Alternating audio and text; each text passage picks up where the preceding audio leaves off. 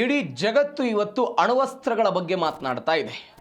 ಯಾವ ಅಣ್ವಸ್ತ್ರವನ್ನು ಪರಮಾಣು ಕಾರ್ಯಕ್ರಮದಲ್ಲಿ ನಾನು ಸಶಕ್ತ ಆಗಬೇಕು ಅಂತ ಇರಾನ್ ಬಯಸ್ತಾ ಇದೆ, ಅದಕ್ಕೆ ತಡೆಗೋಡೆಯಾಗಿ ಅಮೆರಿಕ ಕೆಲಸ ಮಾಡ್ತಾ ಇದೆ. ಮತ್ತೊಂದು ಕಡೆ ಬೇರೆ ಬೇರೆ ದೇಶಗಳು ಈ ಅಣ್ವಸ್ತ್ರಗಳ ಬಗ್ಗೆ ಮಾತನಾಡ್ತಾ ಇರುವಂತಹ ಸಂದರ್ಭದಲ್ಲಿ ಈ ಅಣ್ವಸ್ತ್ರಗಳನ್ನು ತೆಗೆದುಕೊಂಡು ಹೋಗಬಲ್ಲಂತಹ ಕ್ಷಿಪಣಿಗಳನ್ನು, ಮಿಸೈಲ್ಗಳನ್ನು ಯಾರು ಉಡಾವಣೆ ಮಾಡಿದರು, ಯಾರು ಪರೀಕ್ಷೆ ಮಾಡಿದರು? ಪಕ್ಕದ ಚೀನಾ ಪರೀಕ್ಷೆ ಮಾಡಿದೆ. ಆ ಮುಖಾಂತರ ಸಾಗರದ ಆಳದಲ್ಲಿ ತನ್ನ ಶಕ್ತಿ ಸಾಮರ್ಥ್ಯವನ್ನು ಪ್ರದರ್ಶನ ಮಾಡುವುದಕ್ಕೆ ಯಾರು?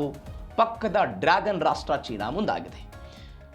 ಈ ಪೆಸಿಫಿಕ್ ಸಾಗರ ಅಂತ ನಾವೇನು ಕರಿತೀವಿ, ಅದಕ್ಕಿಂತ ಹೆಚ್ಚಾಗಿ ಈ ಪೆಸಿಫಿಕ್ ಮಹಾಸಾಗರದ ಅಲೆಗಳ ನಡುವೆ ಚೀನಾ ಇಂಥದ್ದೊಂದು ಪ್ರಯತ್ನವನ್ನು ಮಾಡಿದೆ. ಇದಕ್ಕೆ ಜಾಗತಿಕವಾಗಿ ಟೀಕೆ, ಟಿಪ್ಪಣಿಗಳು, ಆಕ್ಷೇಪಣೆಗಳು ಸದ್ಯಕ್ಕೆ ಬಂದಿರುವುದು. ಚೀನಾದ ಈ ತಂತ್ರಕ್ಕೆ ಭಾರತವು ಕೂಡ ಒಂದು ಮರುತಂತ್ರವನ್ನು ರೂಪಿಸಿದೆ. ಚೀನಾ ಏನಾದರೂ ನಾಳೆ ದಾಳಿ ಮಾಡೋ ಪ್ರಯತ್ನಕ್ಕೆಲ್ಲ ಮುಂದಾಗ್ಬಿಟ್ರೆ ಅದಕ್ಕೆ ಕೌಂಟರ್ ಅಟ್ಯಾಕ್ ಆಗಿ ನಾವು ಹೆಂಗೆ ಸಿದ್ಧ ಇರಬೇಕು ಅನ್ನೋದಕ್ಕೆ ಭಾರತದ DRDO ಕೂಡ ತನ್ನ ಸಶಕ್ತೀಕರಣವನ್ನು ಮಾಡುವ ಮುಖಾಂತರ ಒಂದು ಶಕ್ತಿಯನ್ನು ಪ್ರದರ್ಶನ ಮಾಡೋ ಪ್ರಯತ್ನವನ್ನು ಮಾಡಿದೆ. ಸುಮಾರು 40 ವರ್ಷಗಳ ನಂತರ ಇಂಥದ್ದೊಂದು ಶಕ್ತಿ ಪ್ರದರ್ಶನಕ್ಕೆ ಚೀನಾ ಮುಂದಾಯಿತು. ಯಾವ ಕಾರಣಕ್ಕಾಗಿ? ತೈವಾನ್ ವಿಚಾರದಲ್ಲಿ ಚೀನಾ ಮತ್ತು ತೈವಾನ್ನ ನಡುವೆ ಅನೇಕ ವರ್ಷಗಳಿಂದ ತಿಕ್ಕಾಟ ಇರೋದನ್ನು ನೋಡ್ತಾ ಇದ್ದೀವಿ. ಈ ತೈವಾನ್ನ ಸಪೋರ್ಟ್ಗೆ ಅಮೆರಿಕ ಬರೋದನ್ನು ನೋಡ್ತಾ ಇದ್ದೀವಿ.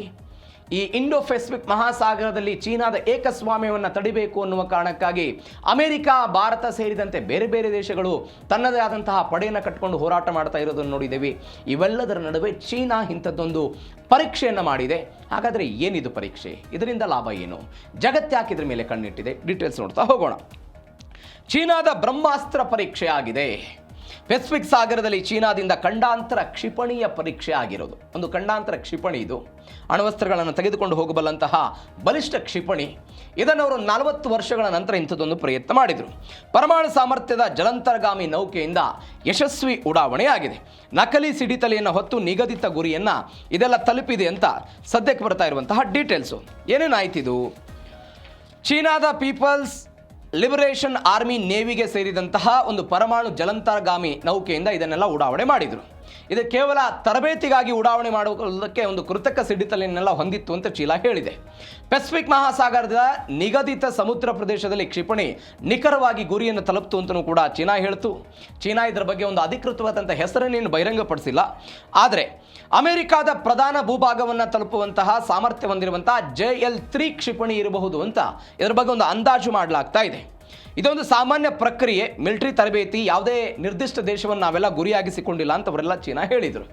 ಯಾಕೆ 40 ವರ್ಷದ ಇತಿಹಾಸ ಇಂಪಾರ್ಟೆಂಟ್ ಆಗುತ್ತೆ ಅಂತ ಹೇಳಿದರೆ 1980ರಲ್ಲಿ ಪೆಸಿಫಿಕ್ ಮಹಾಸಾಗರಕ್ಕೆ ಬಹಿರಂಗವಾಗಿ DF-5 ಎನ್ನುವಂತಹ ಒಂದು ICBM ಕ್ಷಿಪಣಿಯನ್ನು ಇದೇ ಚೀನಾ ಉಡಾವಣೆ ಮಾಡಿತ್ತು. ಯಾವುದು? DF-5 ಅಂತ.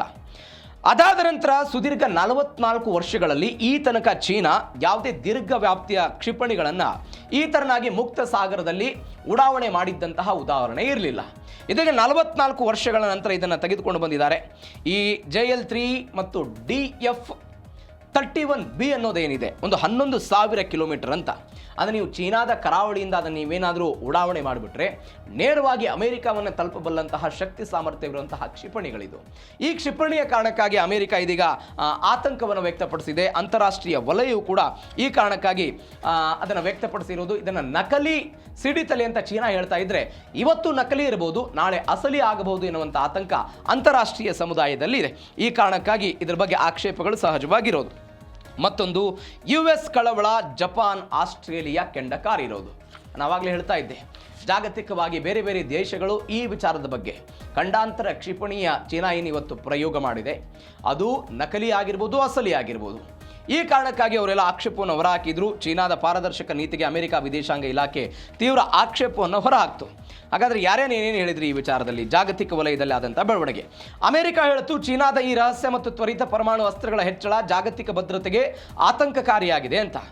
ಜಪಾನ್ ಹೇಳಿತು, ತನ್ನ ರಾಷ್ಟ್ರೀಯ ಭದ್ರತೆಗೆ ಧಕ್ಕೆ ತರುವಂಥ ಇಂಥ ಕ್ರಮಗಳನ್ನು ಮರುಪರಿಶೀಲನೆ ಮಾಡಬೇಕು ಅಂತ ಚೀನಾಗೆ ಎಚ್ಚರಿಕೆ ಕೊಟ್ಟರು. ಆಸ್ಟ್ರೇಲಿಯಾ ಮತ್ತು ನ್ಯೂಜಿಲೆಂಡ್ ಹೇಳ್ತಾ ಇದೆ, ಪೆಸಿಫಿಕ್ ಪ್ರದೇಶವನ್ನು ಚೀನಾ ತನ್ನ ಕ್ಷಿಪಣಿ ಪರೀಕ್ಷಾ ಕೇಂದ್ರವಾಗಿ ಬಳಕೆ ಮಾಡಿಕೊಳ್ತಾ ಇರೋದು ಈ ವಲಯದ ಶಾಂತಿ ಮತ್ತು ಸ್ಥಿರತೆಯನ್ನೆಲ್ಲ ಕದಡಿ ಬಿಡುತ್ತೆ ಅಂತ ಆಸ್ಟ್ರೇಲಿಯಾ ವಿದೇಶಾಂಗ ಸಚಿವೆ ಪೆನ್ನಿ ವಾಂಗ್ ಮತ್ತು ನ್ಯೂಜಿಲೆಂಡ್ ಎಲ್ಲ ಅಸಮಾಧಾನವನ್ನು ಹೊರಹಾಕಿದೆ. ಇದು ಅಂತಾರಾಷ್ಟ್ರೀಯ ಸಮುದಾಯವನ್ನು ಬೆದರಿಸುವ ಚೀನಾದ ಏಕಪಕ್ಷೀಯ ಪ್ರಯತ್ನ ಅಂತ ತೈವಾನ್ ಹೇಳ್ತಾ ಇರೋದು. ಯಾವ ಕಾರಣಕ್ಕಾಗಿ? ಕಾರಣ ಇದೆ.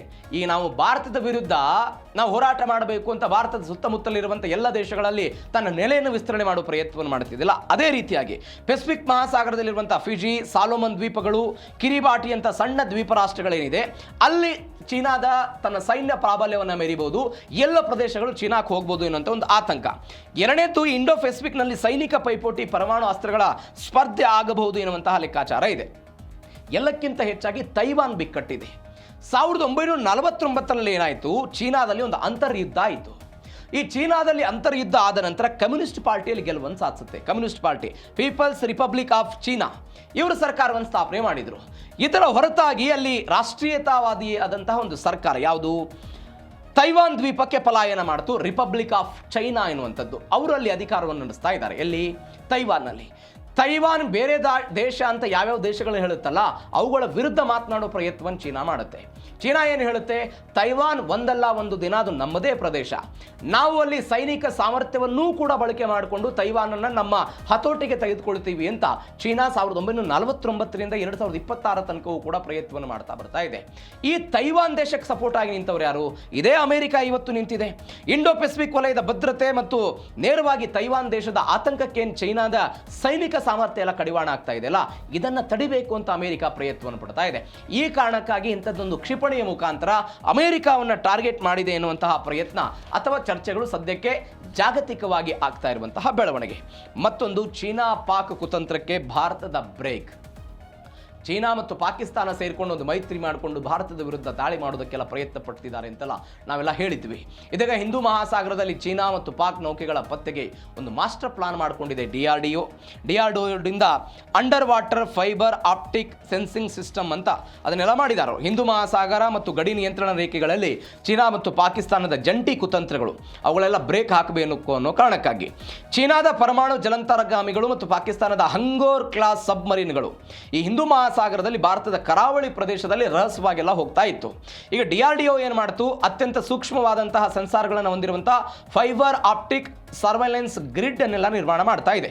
ಇದು 24 ಗಂಟೆ ನೀರಿನೊಳಗೆ ಸಣ್ಣ ಧ್ವನಿ ಅಥವಾ ಅಲೆಗಳ ಏರುಪೇರು ಎಲ್ಲವನ್ನು ಕೂಡ ಪತ್ತೆ ಹಚ್ಚೋದಕ್ಕೆ ಸಹಾಯ ಆಗುತ್ತೆ.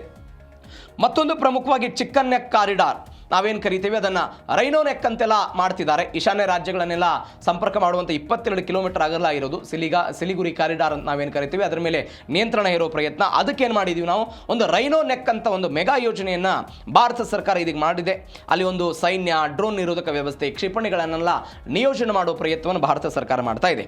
ಮತ್ತೊಂದು ಕಡೆ ಗಡಿಯಲ್ಲಿ ಪ್ರಳಯ ಮತ್ತು ಅಗ್ನಿ ಕ್ಷಿಪಣಿಗಳ ನಿಯೋಜನೆಯ ಸವಾಲಾಗ್ತಾ ಇದೆ. ಲಡಾಖ್ನಿಂದ ಅರುಣಾಚಲ ಪ್ರದೇಶದ LAC ಅಂತ ನಾವೇನು ಕರಿತೀವಿ, ಅಲ್ಲೆಲ್ಲ ಅವರು ಕ್ಷಿಪಣಿಗಳನ್ನೆಲ್ಲ ಹಾಕ್ತಾ ಇದ್ರು. ಇದೀಗ ಭಾರತ ಒಂದು 120 ಪ್ರಳಯ ಬ್ಲಾಸ್ಟಿಕ್ ಕ್ಷಿಪಣಿಗಳ ಖರೀದಿಗೆಲ್ಲ ಅನುಮೋದನೆ ಕೊಡ್ತು. ಇದರೊಂದಿಗೆ ಜೋಧ್ಪುರ್ ವಲಯದಲ್ಲಿ ಒಂದು 2500 ಕಿಲೋಮೀಟರ್ ದೂರದ ಪರಮಾಣು ಸಾಮರ್ಥ್ಯದ ಅಗ್ನಿ ಐ ಕ್ಷಿಪಣಿಗಳನ್ನು ಮುಂಚೂಣಿಯಾಗಿ ತರೋದಕ್ಕೆ ಅವರೆಲ್ಲ ಪ್ರಯತ್ನವನ್ನು ಪಡ್ತಾ ಇದ್ದಾರೆ. ಮತ್ತೊಂದು ಕಡೆ ಇಂಟಿಗ್ರೇಟೆಡ್ ಥಿಯೇಟರ್ ಕಮಾಂಡ್ ಸವಾಲ್ ಏನಿದೆ, ಚೀನಾ ಮತ್ತು ಪಾಕಿಸ್ತಾನದ ಏಕಕಾಲಕ್ಕೆ ಅವರೆಲ್ಲ ದಾಳಿ ಮಾಡಬಹುದು ಭಾರತದ ವಿರುದ್ಧ ಅಂತೆಲ್ಲ ಏನಿದೆ, ಇದೀಗ ಒಂದು ಮಿಲಿಟರಿ ಸುಧಾರಣೆಗೆಲ್ಲ ನಾವು ಕೈ ಹಾಕಿದ್ದೀವಿ. ಅದು ಭೂಸೇನೆ ಆಗಿರ್ಬೋದು, ನೌಕಾಪಡೆ ಆಗಿರ್ಬೋದು, ವಾಯುಸೇನೆ ಎಲ್ಲರನ್ನೂ ಕೂಡ ಒಟ್ಟಿಗೆ ಕರೆದುಕೊಂಡು ಹೋಗಿ ಜಂಟಿ ಭೌಗೋಳಿಕ ಕಮಾಂಡ್ಗಳನ್ನು ರಚನೆ ಮಾಡುವ ಪ್ರಯತ್ನವನ್ನು ಭಾರತ ಮಾಡ್ತಾ ಇದೆ. ಆ ಮುಖಾಂತರ ಚೀನಾ ಮತ್ತು ಪಾಕಿಸ್ತಾನಕ್ಕೆ ಒಂದು ಎಚ್ಚರಿಕೆ ಕೊಡೋ ಪ್ರಯತ್ನವನ್ನು ಇದೀಗ ಭಾರತ ಮಾಡ್ತಾ ಇದೆ.